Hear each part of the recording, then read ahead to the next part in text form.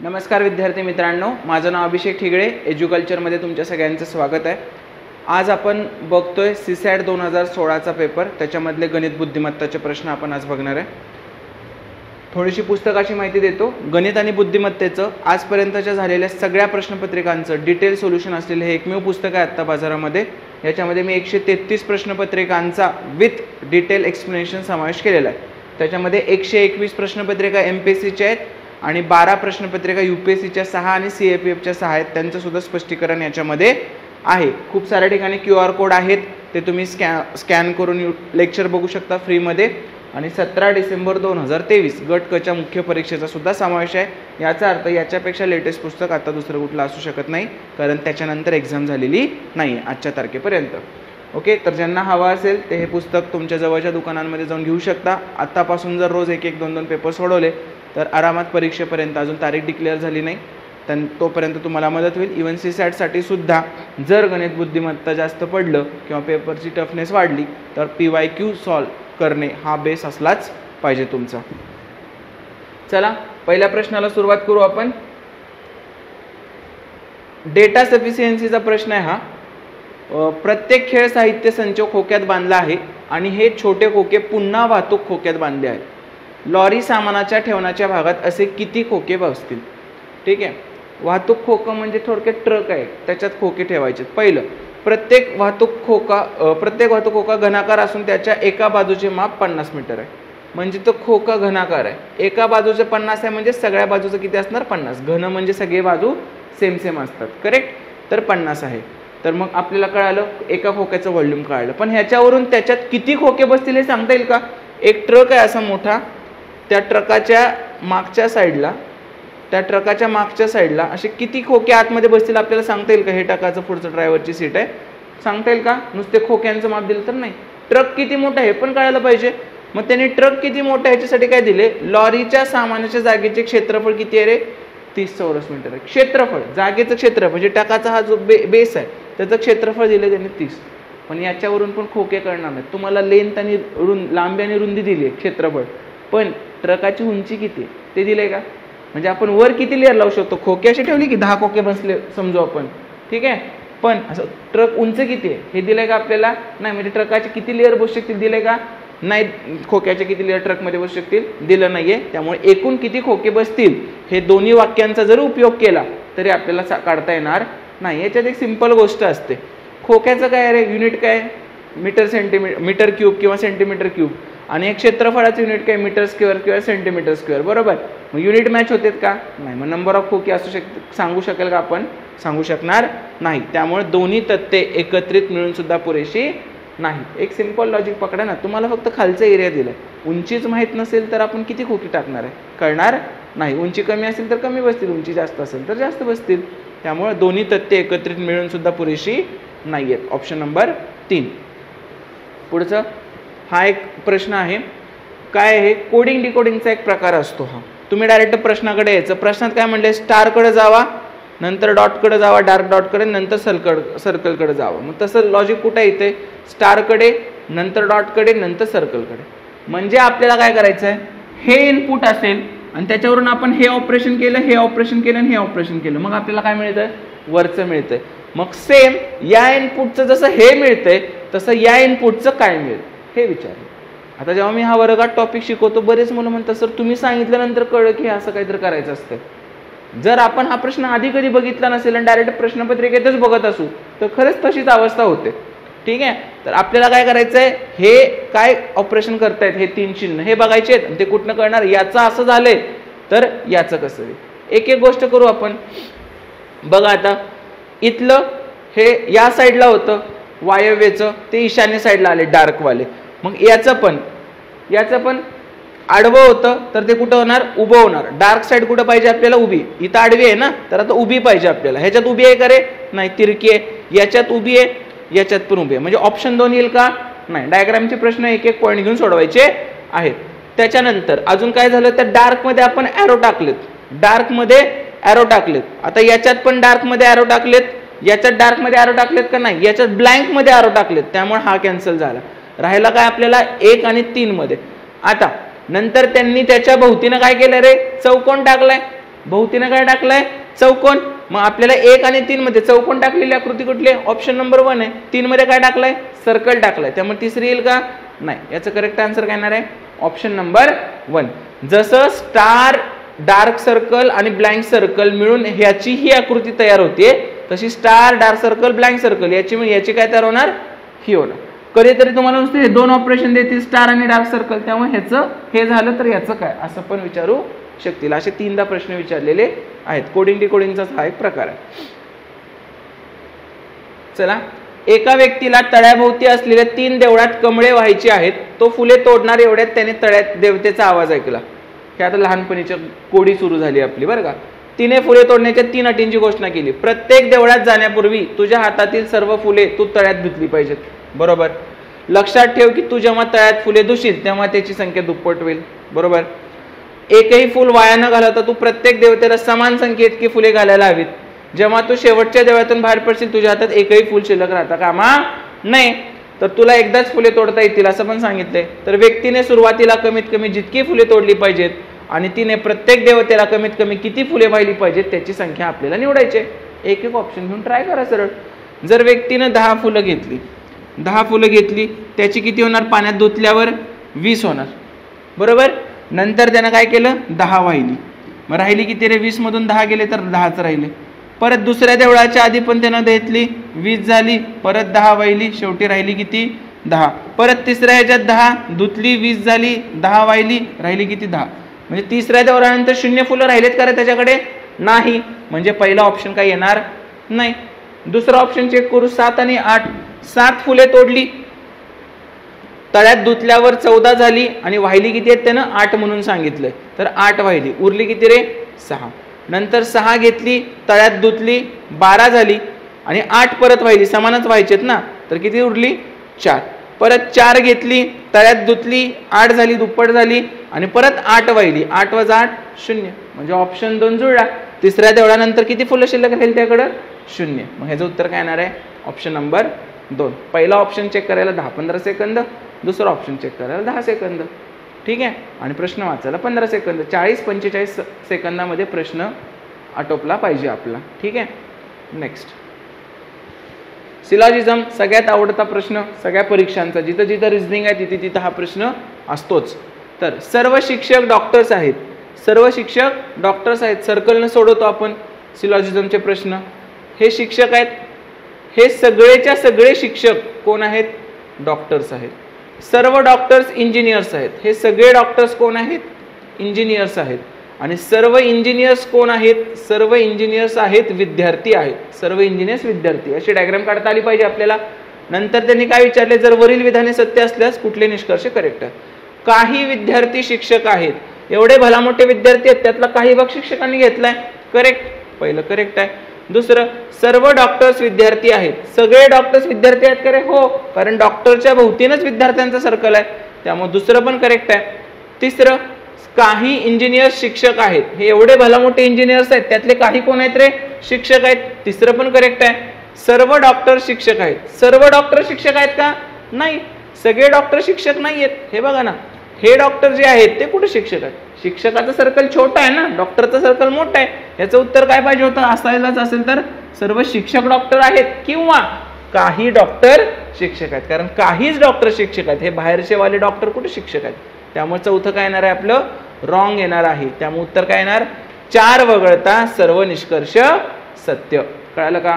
सिलॉजिझम खूप इझी आहे, खिशातले मार्क असतात, शोधून शोधून सोडवायचं. पुढचा प्रश्न बघा, कॅलेंडरवरचा प्रश्न आहे. रवीचा जन्म 5 मे 1992 सोमवारी झाला. प्रत्येक वाढदिवसाला तो चित्रपट पाहायला जातो, मात्र वाढदिवस मंगळवारी किंवा बुधवारी असल्यास तो चित्रपट पाहत नाही. पहिल्या 10 दिवसांपर्यंत तो किती वेळा चित्रपट पाहत नाही असं विचारलंय. बघा काय झालंय, रवीचा जन्म 5 मे 1992 ला झाला. कधी झाला, सोमवारी झाला. मग एक एक काढू, 92 नंतर 93, 94, 95, 96, 97, 98, 99, 2000, 2001, 2002, 2003. बघू, पहिला, दुसरा, तिसरा, चौथा, पाचवा, सहावा, सातवा, आठवा, नववा, 10वा. 2003ची काही गरज नाही, 2002 पर्यंत जायचं.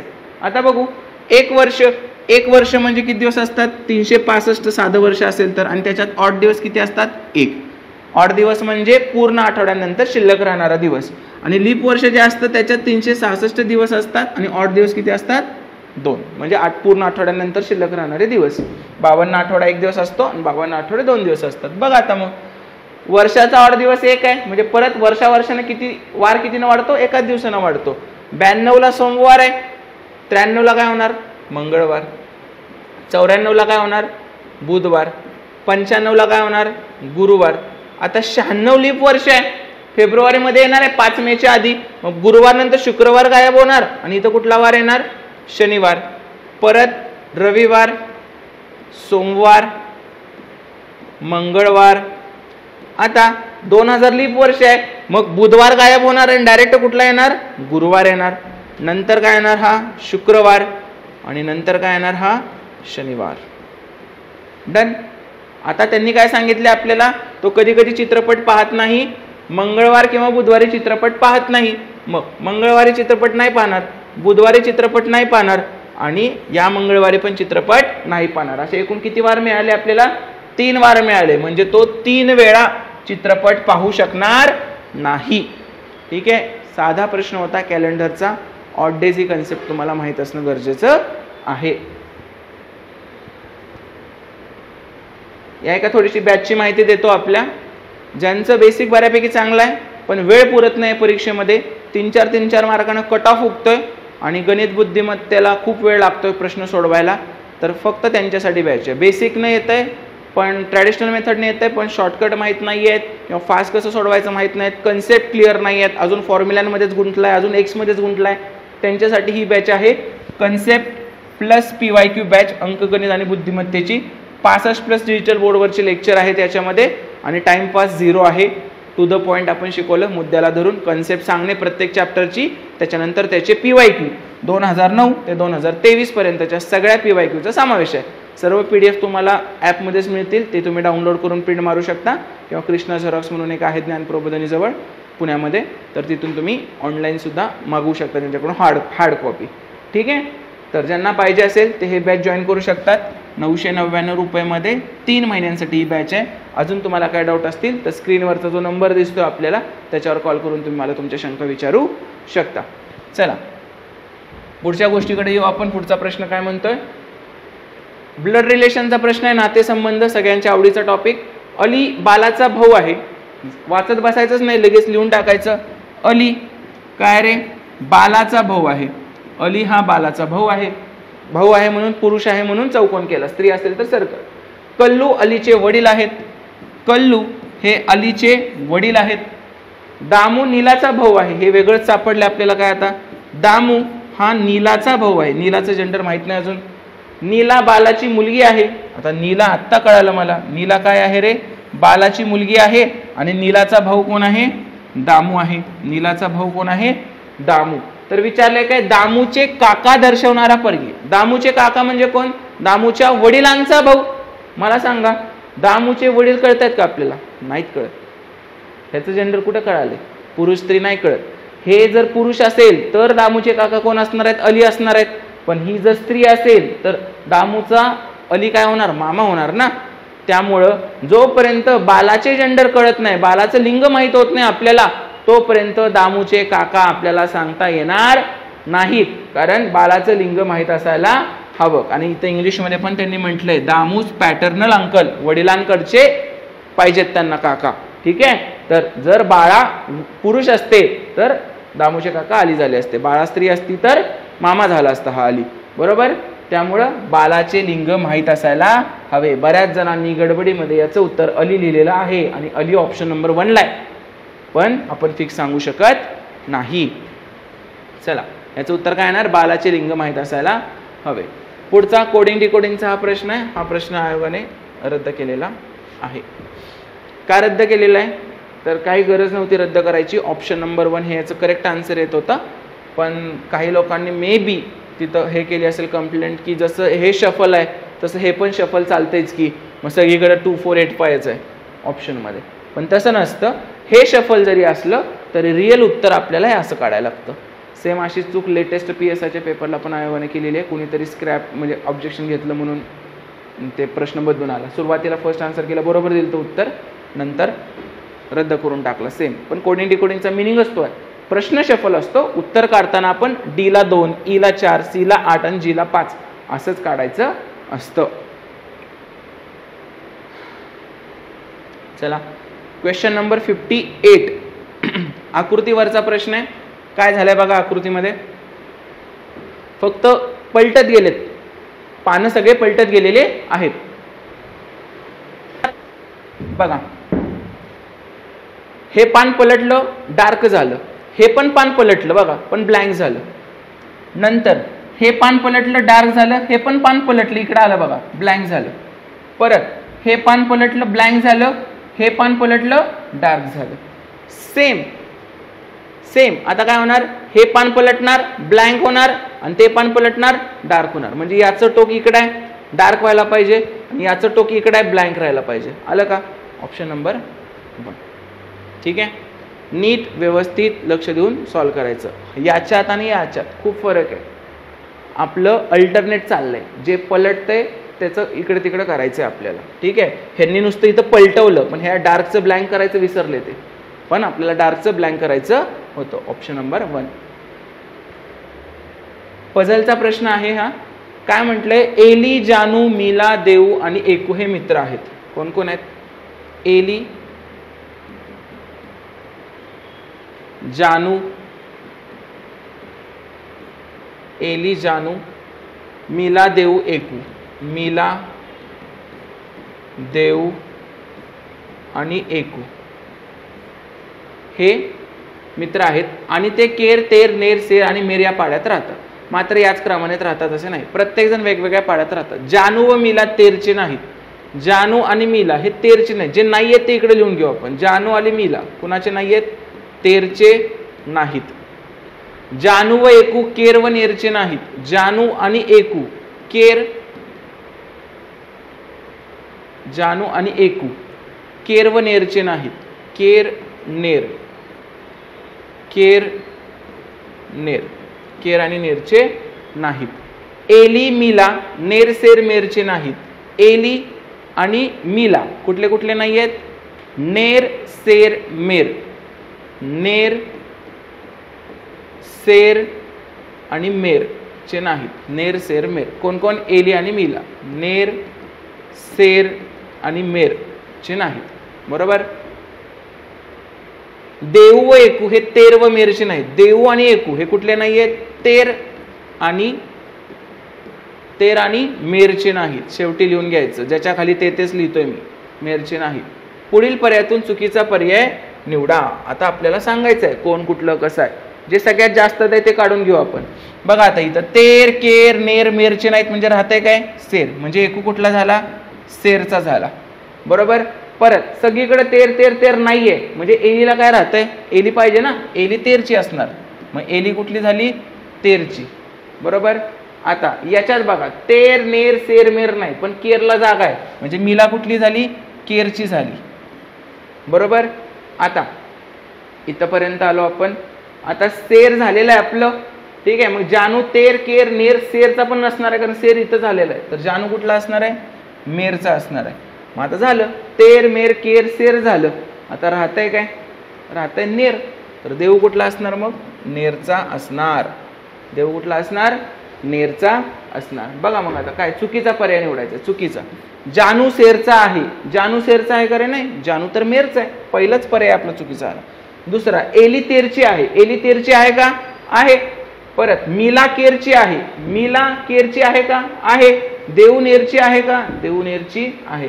म्हणजे पहिलाच ऑप्शन चुकीचा निघाला, बाकी सगळे आपले करेक्ट आहेत. हे लिहूनच करायचं. आणि मी तुम्हाला प्रामाणिकपणे सांगतो, जर तुम्ही हे असं आणि असं वालं करत असाल इकडं तर त्यानं फक्त कन्फ्युजन होतं. हे नावं लिहून व्यवस्थित होतं. आता ते ठीक आहे माझं बोर्डवरचं अक्षर वगैरे, पण जर तुम्ही पेनाने पेपरवर लिहित असाल तर तुम्हाला नावं घेऊन लिहून फायदा होणार आहे. एकदा ह्याची सवय लावून बघा, तुम्हाला कळेल की कन्फ्युजन होत नाही, डोळ्यांना त्रास होत नाही, काही नाही. माझं बोर्डवरचं असल्यामुळे तुम्हाला अक्षरांमध्ये जरासं हे वाटत असेल, पण पेपर पेनवर 1 नंबर वर्क होतं हे.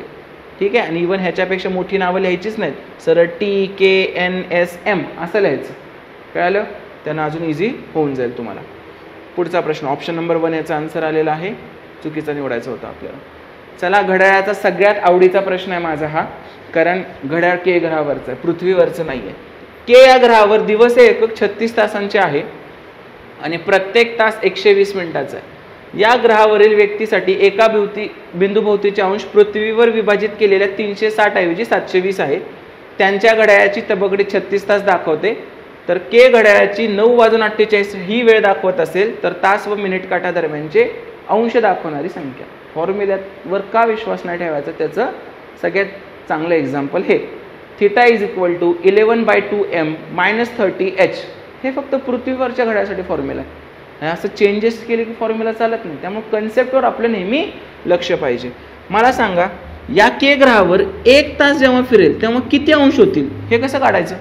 1 तास जेव्हा फिरेल तेव्हा किती अंश होतील हे कसं काढणार आपण बघा आता. तर एकूण डिग्री किती आहे रे? 720 डिग्रीचं सर्कल आहे. एकूण 720 डिग्रीचं सर्कल आहे, पण तबकडी कितीची आपली? 36 तासांची. मग 36 तास असतील तर 1 तास म्हणजे किती असणार रे? 36 × 2 = 72, 20 डिग्री. जेव्हा 1 तास घड्याळ फिरतं तेव्हा किती फिरतं ते? 20 डिग्री. सेम असंच मिनिटाचं काढू. 1 मिनिट म्हणजे किती? आता परत कितीचे आहे ते? 720. पण 1 तास किती मिनिटाचा आहे रे यांचा? 120 मिनिटाचा. मग 720 / 120 किती येणार? हे 12 × 72. आपल्या पृथ्वीवरच्या घड्याळात हे उत्तर काय असायची? 1 तास म्हणजे 30 डिग्री असायचं, 30 आणि 1 मिनिट म्हणजे 6च असायचं. ते योगायोग जुळून आलाय. पण ते पण असंच काढायचं. 720 / 360 / 12 30 डिग्री आणि 360 / 60 6 डिग्री असं काढायचं तिकडे. इथं आता असं आलं. आता वेळ कुठली आपली? 9:48. मला सांगा, 9:48 ह्याला तासात करू आपण, म्हणजे 9.48 / 1 तास कितीचा आहे? 120 मिनिटाचा आहे. तर 120 लिहिणार मी. ह्याला जरा व्यवस्थित करू अजून. 24 × 2 = 48, 24 × 5 = 20. तर एकूण तास किती झाले? 9.2/5. याला अजून जरा नीट करू. 9 × 45 आणि 2 = 47/5. हा काय झाला तुमचा? तास काटा फिरला, 47/5. आता मला सांगा, 1 तास म्हणजे किती डिग्री आहे? 20 डिग्री फिरतोय काटा, बरोबर? तर 47/5 तास, तासात रूपांतर केलं ना आपण. 47/5 तास म्हणजे किती? तर क्वेश्चन मार्कचा आन्सर काय असणार आहे? क्वेश्चन मार्क = 47/5 गुणिले 20. 5 × 1 = 5, 5 × 20. तिरकस गुणाकार करतोय फक्त. 4 × 7 = 28, 2 4 × 4 = 16 आणि 2 = 18. 188 डिग्री. तास काटा किती फिरला? 188 डिग्री फिरला. मिनिट काट्याचं काढू. 1 मिनिट म्हणजे किती आहे रे? 6 डिग्री. आणि आपले मिनिट किती झाले ते? 48. तर 48 मिनिट म्हणजे किती? तर क्वेश्चन मार्क बरोबर काय येणार मग? तिरकस गुणाकार. 48 × 6 भागिले 1च असते, त्यामुळे लिहायची गरज नाही. 6 × 8 = 48, 4 उरले, 6 × 4 = 24 आणि 4 = 28. किती डिग्री फिरला मिनिट काटा? 288 डिग्री फिरला. त्यांनी काय विचारले? तास काटा आणि मिनिट काटा यांच्या डिग्रीतला फरक विचारलाय. मग 188 आणि 288 कितीचा फरक आहे? हा 100 डिग्रीचा फरक आहे. कळालं का? जर फक्त तो फॉर्म्युलाच माहीत असेल तुम्हाला अँगल काढायचा, ह्या कन्सेप्ट माहीतच नसतील तर कसं शक्य आहे मग? आणि सोपं एक्झाम्पल आहे, पेपरमध्ये सुटणारं एक्झाम्पल आहे, नंतर सोडवायचं एक्झाम्पल नाही आहे हे.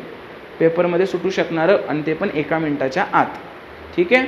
त्यामुळं टॅकल करण्यासारखाच प्रश्न आहे. फक्त कधी एकदम भारीवाला प्रश्न असं म्हणतो ना आपण, तर तसावाला प्रश्न हा. ओके. मगाची बॅच पर्पल कलरची होती, ही ग्रीन कलरची बॅच आहे.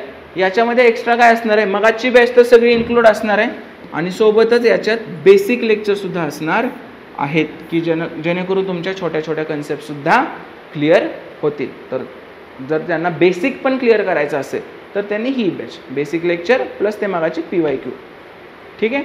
तर अशा पद्धतीनं बेसिकसाठी ही ग्रीन कलरची बॅच तुम्ही जॉईन करू शकता एज्युकल्चर ॲप डाउनलोड करून. पुढचा प्रश्न बघा. आता हा प्रश्न आयोगाने रद्द केलेला आहे. काय मेळच खात नाही. जेव्हा सगळं तयार होतं आपलं दिशांचं, ते मेळच खात नाही, त्यामुळे हा प्रश्न रद्द केला आहे. आणि सेम तसाच हा सुद्धा प्रश्न रद्द केलेला आहे. कारण ह्याच्यात जेंडरचं जरासं घोळ केलेला आहे त्यांनी. एकच व्यक्ती एकदा पुरुष येतोय एकदा स्त्री येतोय अशा पद्धतीचा ह्याच्यामध्ये घोळ जरा झालेला आहे. त्यामुळे हे 2 प्रश्न आयोगाने रद्द केलेले आहेत. चला, पाण्याची टाकी आणि नळ म्हणजेच वर्क टाइमचा प्रश्न आहे हा. अ व क नळांनी स्वतंत्रपणे एक टाकी 12, 15 आणि 20 तासात भरली जाते. अ, ब, क हे 3 नळ आहेत. कसं कसं भरतात ते 12, 15 आणि 20 तासात भरतात किंवा रिकामी करतात. एकाच वेळी ब आणि क नळाच्या सहाय्याने टाकी भरण्यास प्रारंभ केला. ब आणि क च्या सहाय्याने टाकी भरण्यास म्हणून प्लस केलं आणि अ नळाच्या सहाय्याने टाकी रिकामी करण्यास प्रारंभ केला म्हणून अ च्या ठिकाणी मायनस केलं. तर किती तासांनी टाकी पूर्ण भरलेल्या स्थितीत असेल? तर काय करतो सगळ्यात पहिल्यांदा 12, 15, 20 यांचा लसावी. लसावी म्हणजे तिघांच्या पाड्यात असलेली संख्या सांगा छोट्यातली छोटी. तर कुठली संख्या आहे? 60. मग मी काय पकडणार? माझी टाकी किती लिटरची आहे? 60 लिटरची. अ नळ तासाला 12 रिकामी करतो मग 60 करायला त्याला किती वेळ लागेल? 12 पंचे 60 म्हणजे तासाला किती करेल तो? 5 करेल. परत ब नळ 15 तासात भरतोय मग तासाला किती भरतोय? 15 चोक 60 हे वजा लिहायला लागेल रिकामी करतोय ना हे अधिक. परत क 20 तासात भरतोय तर तासाला किती? 20 त्रिक 60.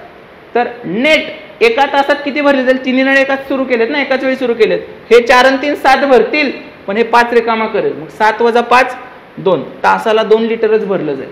पण आपल्याला भरायचंय किती? 60 लिटर भरायचंय. तासाला 2 लिटर भरलं जाते. 60 लिटर भरायचंय तर एकूण तास किती लागतील? 60 भागिले 2 30. किती तास लागतील? 30 तास लागतील. Option number 3.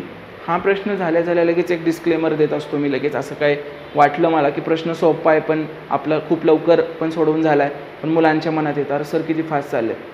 तर फास्ट नाही चाललो. यूट्यूबवर आपण फक्त पेपर एक्सप्लेन करत आहोत. हा जवळजवळ 5व्या 6व्या लेवलचा प्रश्न आहे. याच्या आधी माझे 10-12 प्रश्न झालेले असतात कोर्समध्ये शिकवताना. त्याच्यानंतर हा असा प्रश्न येतो अशा टाईपचा. आपण यूट्यूबवर शिकवत नाहीये, पेपर एक्सप्लेन करतोय जेणेकरून पेपरच्या आधी ज्यांचं बऱ्यापैकी झालेलं आहे पण काहीतरी ब्रशअप करायचं आहे फास्टमध्ये तर इंटू 1.5 किंवा इंटू 2च्या स्पीडने लावायचं लेक्चर बघत राहायचं. सगळ्या कन्सेप्ट क्लिअर, विषय संपला. तर त्याच्यासाठी यूट्यूबचे लेक्चर आहेत आणि हे लेक्चरसुद्धा बघून मुलांना चांगले मार्क्स पडलेले आहेत. जर तुम्हाला असं वाटत असेल समजतंय पण 50-1%, 40-50% समजतंय तर बिंदास कोर्स जॉईन करा. तुम्हाला सगळं व्यवस्थित समजेल. कोर्समध्ये या स्पीडनं होत नसतं. कोर्समध्ये एकदम हाताला धरून शिकवल्यासारखं मी शिकवतो. ठीक आहे. जे माझे जुने विद्यार्थी असेल ते कमेंट करून इतर मुलांना सांगू शकता. नेक्स्ट, चला डायग्रामचा प्रश्न आहे हा. पुढे दिलेल्या आज्ञावलीत हे चिन्ह धावा या असं काय काय सांगितले. प्रत्येक चिन्ह काही ना काहीतरी सांगितलेलं आहे. जर मालिका सुरू ठेवली तर प्रश्नचिन्हाच्या जागी कुठली आज्ञा येईल? अशा वेळी काय बघायचं? रिपिटेशन करतो चाललंय बघायचं. सगळ्यात मिनिमम वेळा काय आले? हा इमोजी आलाय बघा. हा इथे एकदा आलाय आणि हा इथे एकदा आलाय. आणि जर तुम्ही नीट ऑब्झर्व केलं इमोजी नंतर हे चिन्ह आहे, हे चिन्ह आहे, हे चिन्ह आहे. इथं पण बघा हे म्हणजे इमोजी टू इमोजी रिपीट व्हायला लागले सगळं. मग मला सांगा इमोजी टू इमोजी रिपीट होत असेल तर इथला काढायचं आहे आपल्याला. तर किती क्वेश्चन मार्क किती नंबरचा आहे बघू आपण पहिल्यांदा. 1 2 3 4 5 6 7 8 आणि 9 म्हणजे 9 नंबरचं चिन्ह आपल्याला पाहिजे. मग 9 नंबरचं चिन्ह ह्याच्यात बघू. 1 2 3 4 5 6 7 8 9. 9 नंबरचं चिन्ह कुठलं आहे? हा वरचा एरो आहे. म्हणजे क्वेश्चन मार्कच्या ठिकाणी काय येणार? हा वरचा एरो येणार. वरचा एरोला काय म्हटले त्यांनी? हे वरचा एरो काय दाखवते? उभे राहा म्हणते. मग ह्याचं उत्तर काय येणार? उभे राहा. आज्ञा कुठली असेल? उभे राहा. आयुष्यात पहिल्यांदा असा प्रश्न बघितला की वाटतं काय विचारलंय, करायचं काय, कहना क्या चाहते हो. पण काय होतं काय या प्रश्नात? आपल्याला फक्त ती सिरीज कशी रिपिटेशन होते बघायचं होतं आणि ह्याच्या जागी काय होतं. आणि कशावरून ओळखलं? हे 2दा आलाय सेम पाचचा प्रश्न. कशावरून ओळखलं? सगळ्यात कमी वेळा आलेलं चिन्ह कुठलं आहे? इमोजी. इमोजी.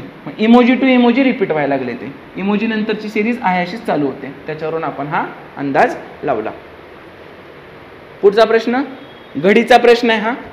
डायग्रामवाला एकच पॉईंट पकडायचा. अख्खी डायग्राम तयार करून आपल्याला कोणी काही अवॉर्ड देणार नाहीये. एक एक पॉईंट पकडायचा आणि त्याच्यावरून ऑप्शन एलिमिनेट करत बसायचं. काय काय? पहिल्यांदा ही पहिली घडी म्हटले म्हणजे हे वरून खाली येणार. तेव्हा हे जर इकडे आलं तरी असं कुठं राहणार आहे? तेवढंच. मग तेवढंच बघायचं. आता मला सांगा याच्यात झालंय तसं कुठेतरी? याच्यात झालंय का रे? हा प्रश्न मेला तरी लिहू नकोस ना तू परीक्षेत ह्या ऑप्शन.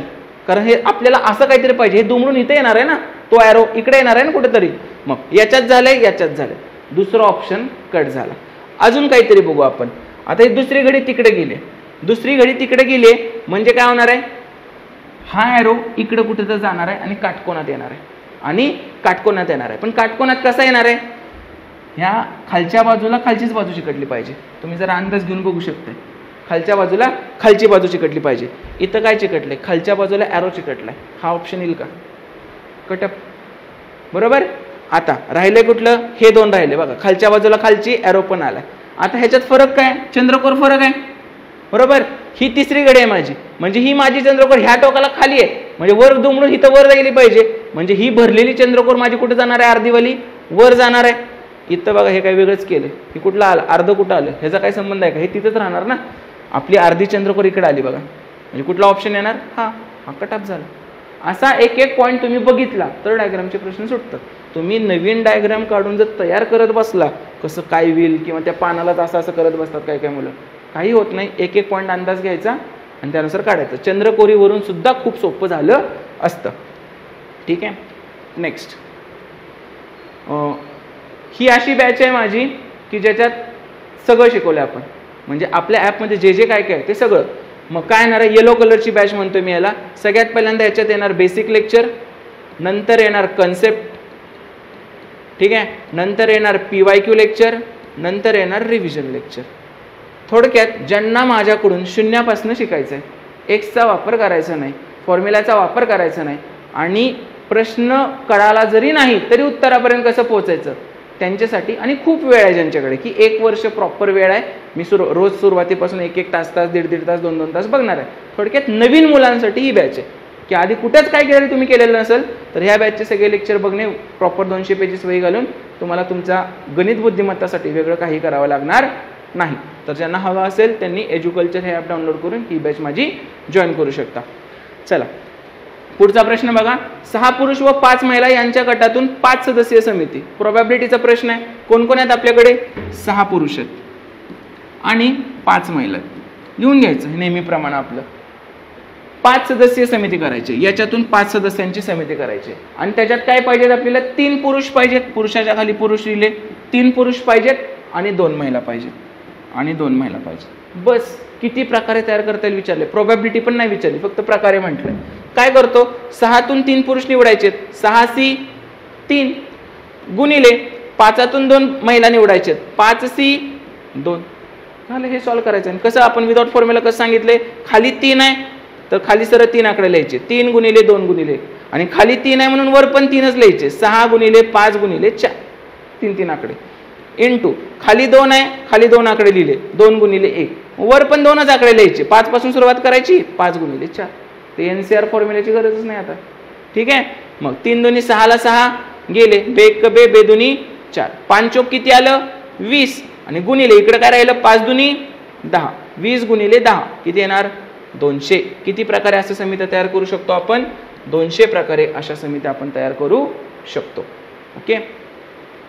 पुढचा प्रश्न आहे सेम, मगाशी डायग्राम चालता, आता आकड्यांचा आला हा प्रश्न. डायरेक्ट आपण ह्याच्याकडे येतो. 2 आणि 1 असं ऑपरेशन करायचं आपल्याला. मग कुठं आहे तसं ऑपरेशन, 2 आणि 1 वालं ऑपरेशन, तर असं सलग कुठंच नाहीये. मग आपल्याला एक अंदाज लावायला लागणार. 2चं ऑपरेशन मला इथे भेटतंय, 1चं ऑपरेशन इथे भेटतंय, 2चं ऑपरेशन बघू. काय काय झालं रे 2च्या ऑपरेशन मध्ये, पहिलं आणि शेवटचं V आणि A आहे असंच ठेवलंय, आणि मधलं काय केलं त्यांनी TN, तर त्याच्या पुढचं घेतलंय. बरोबर. हे 2चं ऑपरेशन झालं. मग आता आपण इथं पण सेम तेच करायचं. D आणि G 2च्या ऑपरेशन नंतर पहिलं आणि शेवटचं हाय असं घ्यायचं. ठीक आहे. पण आपल्याला अजून एक गोष्ट पण मिळते, ह्याच्या पण पेक्षा चांगली एक गोष्ट मिळते. काय रे, हे 2चं ऑपरेशन जसं इकडून इकडं आहे तसं वरून खाली पण आहे ना. आणि आपल्याकडे अक्षर किती आहेत रे, अक्षर आपल्याकडे 3 आहेत. म्हणजे इकडचं आणि इकडचं लॉजिक वापरण्यापेक्षा 3 अक्षरांचं 2 ऑपरेशन झाल्यावर 3 अक्षरांचं लॉजिक लावूया. काय केलंय, IW पहिला आणि शेवटचं आहे असं ठेवलंय, D आणि G, आणि मधल्या सोबत काय केले, Jचं I केलं, म्हणजे Jच्या आधीचं अक्षर घेतलं ना I. मग इथं पण तेच करू, Lच्या आधीचं अक्षर IJKL म्हणजे K. म्हणजे 2 ऑपरेशन झाल्यानंतर उत्तर काय आलं, DKG. कसं केलं बघा, ऑपरेशन 2 वर्कआउट करायचंय, ऑपरेशन 2 वर्कआउट करायचंय. काय केलंय, 3 अक्षरांमध्ये IW पहिलं शेवटचं तसंच ठेवलंय, आणि मधलं काय केलंय, Jच्या आधीचं घेतलंय I. सेम 2 ऑपरेशन करायचंय, D आणि G आहे असं ठेवलं, Lच्या आधीचं अक्षर K, DKG मिळालं. कुठपर्यंत, इथपर्यंत. त्याच्यानंतर कुठलं ऑपरेशन करायचंय, 1चं. आता 1च्या ऑपरेशनसाठी 3 वाला काय मिळतंय का? काहीच मिळत नाही, म्हणून आपण हे नाईलाज म्हणून हा घेऊन टाकलं. याच्यात त्यांनी काय केलंय बघा, 1च्या ऑपरेशनला पहिलं आणि शेवटचं उलट केलंय. दिसतंय? पहिलं आणि शेवटचं AV आहे VA केलंय. मग इथं पण आपण उलट करू, DG आहे GD करू आणि मधलं हाय असंच ठेवलंय बघा, TN इथं पण हाय असंच ठेवू. झालं. एक ऑपरेशन केल्यानंतर काय भेटलं आपल्याला? GKD. माझं पुन्हा तुम्हाला हेच म्हणणं, हे जर आयुष्यात पहिल्यांदा बघत असाल तुम्ही तर पेपरला गेल्यावर नाहीच सुटणार. पण आता जर असं काय बघितलं, ॲटलिस्ट तुमचं डोकं तरी चालेल ना पेपरला, म्हणून PYQ गरजेचे आहेत. ऑप्शन नंबर 3 बॉडमासचा प्रश्न आहे. काय सांगितले? पुढील संख्यात्मक राशी बरोबर ठरण्यासाठी ज्या गणिती चिन्हांची अदलाबदल करायला हवी त्यांची जोडी दर्शवणारा पर्याय. आता एक एक गोष्ट आपल्याला अदलाबदल करावी लागते. कसं करायचं आता बघा. पहिला ऑप्शन घेऊ आपण, अधिक आणि वजा आहे, त्यांची अदलाबदल करू. म्हणजे इथं वजा केलं, इथं अधिक केलं, मग 4 वजा 2 2, इथं 2 आलं, अधिक 9 चौक 36 भागिले 12 3, 2 आणि 3 5, पण वजा 22 आहे. संपला विषय. पहिला ऑप्शन काय चालत नाही. गुणिले आणि भागिलेची अदलाबदल करू. इथं भागिले टाकू, इथं गुणिले टाकू. आता 4 भागिले 9 किती पॉईंटमध्ये येतं उत्तर? पॉईंटमधले उत्तर चालतील का आपल्याला? नाही. त्यामुळे दुसरा पण ऑप्शन काय येणार नाही. वजा आणि भागिले बघू आपण. इथं भागिले टाकू आणि इथं वजा टाकू आपण. ठीक आहे. मग हे चालेल का? हे पण चालत नाही, कारण 2 भागिले 4 हाफ येते आणि 9 भागिले 2 4.5 येत आहे. आपल्याला पॉईंटमध्ये नको आहे. तिसरं पण नाही, म्हणजे चौथंच आपलं उत्तर येणार आहे. भागिले आणि अधिक इकडे तिकडे केलं, हे भागिले केलं आणि हे अधिक केलं. आता बघा, 4 भागिले 2 2, वजा 9 चौक 36 आणि अधिक 12, 12 आणि 2 14, वजा 36 अधिक 14 किती येणार रे? वजा 22. आहे का आन्सर? आहे. काय येणार मग? Option number 4. ही चिन्ह आपल्याला बदलावी लागतील. बेरीज वजा बाकीचा खेळ आहे, वेगळं दुसरं काही केलेलं नाही. चला, हा एक प्रश्न आयोगाने रद्द केलेला आहे आणि खरंच रद्द केला आहे. मी काही फेकत नाही आहे. या पेपरमध्ये खूप प्रश्न रद्द झाले. हा जो 3रा का 4था प्रश्न आहे आपला, हा प्रश्न आयोगाने रद्द केलेला आहे, कारण कुठलंच काय उत्तर मेळ खात नाही याच्यामध्ये. ठीक आहे. 2 प्रश्न चिन्ह दिलेत, दोन्ही भरायचे आहेत आपल्याला. बघा, JEWQR ला काहीतरी आहे, तर OYQFR ला काय आहे? दोन्ही जागा भरायच्या. सरळ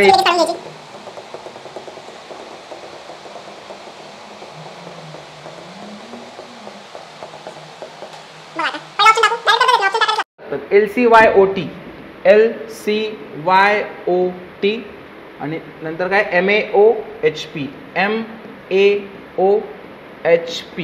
बघा, आपण J नंतर L आलं, J नंतर L 1 सोडून, सेम M नंतर O 1 सोडून, E नंतर C आधीचं 1 सोडून, A नंतर Z सोडून Y बरोबर जुळलं इथपर्यंत.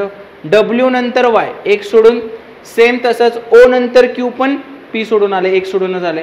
Q नंतर O आधीचं 1 सोडून, H नंतर F आधीचं 1 सोडून जुळलं. R नंतर T 1 सोडून आणि P नंतर R हे पण 1 सोडून, म्हणजे सगळं जुळलेलं आहे. पहिलाच ऑप्शन आपला करेक्ट बसला. नसता बसला, चौथा असता तर प्रत्येकाचे 15-15 सेकंद आपले गेले असते, पण त्याला काही पर्याय नाही आहे. डायरेक्ट आपल्यासमोर डोळ्यांसमोर काही आन्सर येणार नाही. ह्या सगळ्या गोष्टी कराव्याच लागणार आहेत. पुढे 3, 4, 5, 6, 7 यापैकी एका वेळी फक्त कोणतेही 4 अंक एकदाच वापरून किती 4 अंकी भिन्न संख्या तयार होतील? 4 अंकी भिन्न संख्या तयार करायचे आहेत. 5 आकडे आहेत, 1 2 3 4.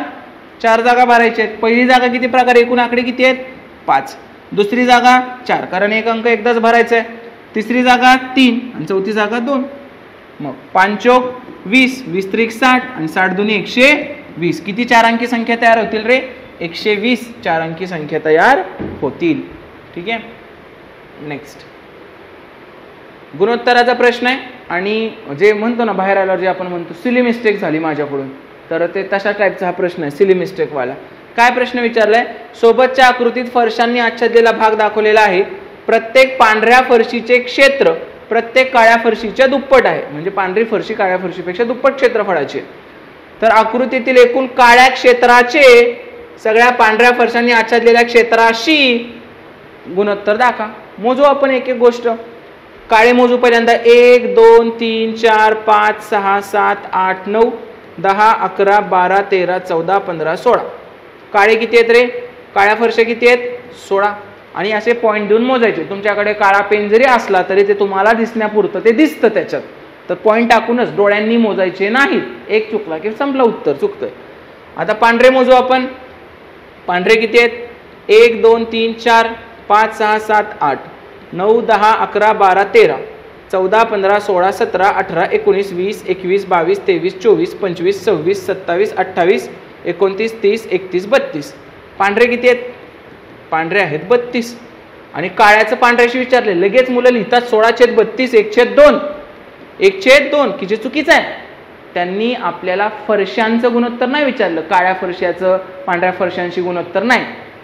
काळ्या फरशांच्या क्षेत्रफळाचं पांढऱ्या फरशांच्या क्षेत्रफळाशी गुणोत्तर विचारले. मग मला सांगा, काळ्याचं क्षेत्रफळ 1 पकडलं तर पांढऱ्याचं किती असणार आहे? 2. कारण त्यांनी सांगितले पांढरी फरशी काळ्याच्या दुप्पट आहे. बरोबर. मग काळ्याचं 1 पकडलं आपण, 16 1 16. मग पांढऱ्याचं 2 आहे, 32 2 64. आता हे क्षेत्रफळ मिळाले मला, क्षेत्रफळ मिळाले. आणि आता ह्या क्षेत्रफळाचा रेशो किती आहे? 16/64 म्हणजेच 1/4. Option number 1. जे 1/2 बरेच लोक उत्तर लिहितील ते सुद्धा पर्यायात आहे, पण ते चुकीचं उत्तर आहे. कळालं का? त्यांनी विचारलंय क्षेत्रफळाचं गुणोत्तर विचारलंय, क्षेत्राचे क्षेत्राशी, ना की फरशांचं गुणोत्तर. कळालं? चला पुढचा प्रश्न. क्रमनिकेतील विसंगत संख्या दर्शवणारा पर्याय आपल्याला सांगायचा आहे. चला सांगू आपण.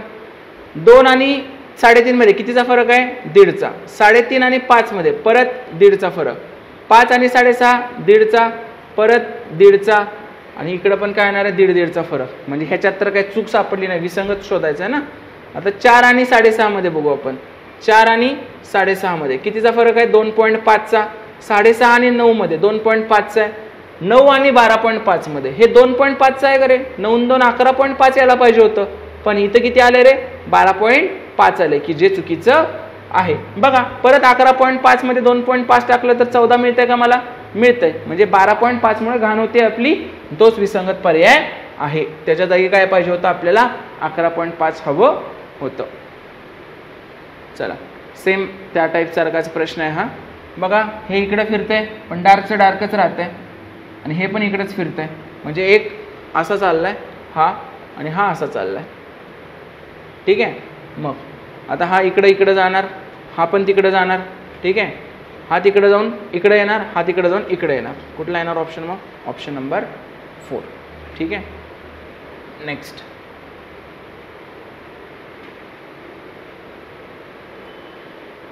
बघा काय काय करायचं आता आपल्याला. यांनी काय काय केले? याची मिरर इमेज इथं आहे. ठीक आहे. याची मिरर इमेज इथं आहे. मग याची पण मिरर इमेज बघू आपण सरळ. ही चंद्रकोर इकडे इथं वर यायला पाहिजे, चंद्रकोर इथं वर यायला पाहिजे. कुठं आहे रे? इथं खाली आहे, रॉंग. इथं आडवीच केली आहे, रॉंग. इथं पण इकडं आडवीच केली आहे, रॉंग. याची मिरर इमेज इथं अशीच आली पाहिजे ना चंद्रकोरीची. कुठं आहे? फक्त ऑप्शन नंबर 2 मध्ये आहे. फक्त एका पॉईंटला पकडून सुद्धा आपण करू शकतो. ठीक आहे. तर हे असे होते सीसॅट 2016चे प्रश्न.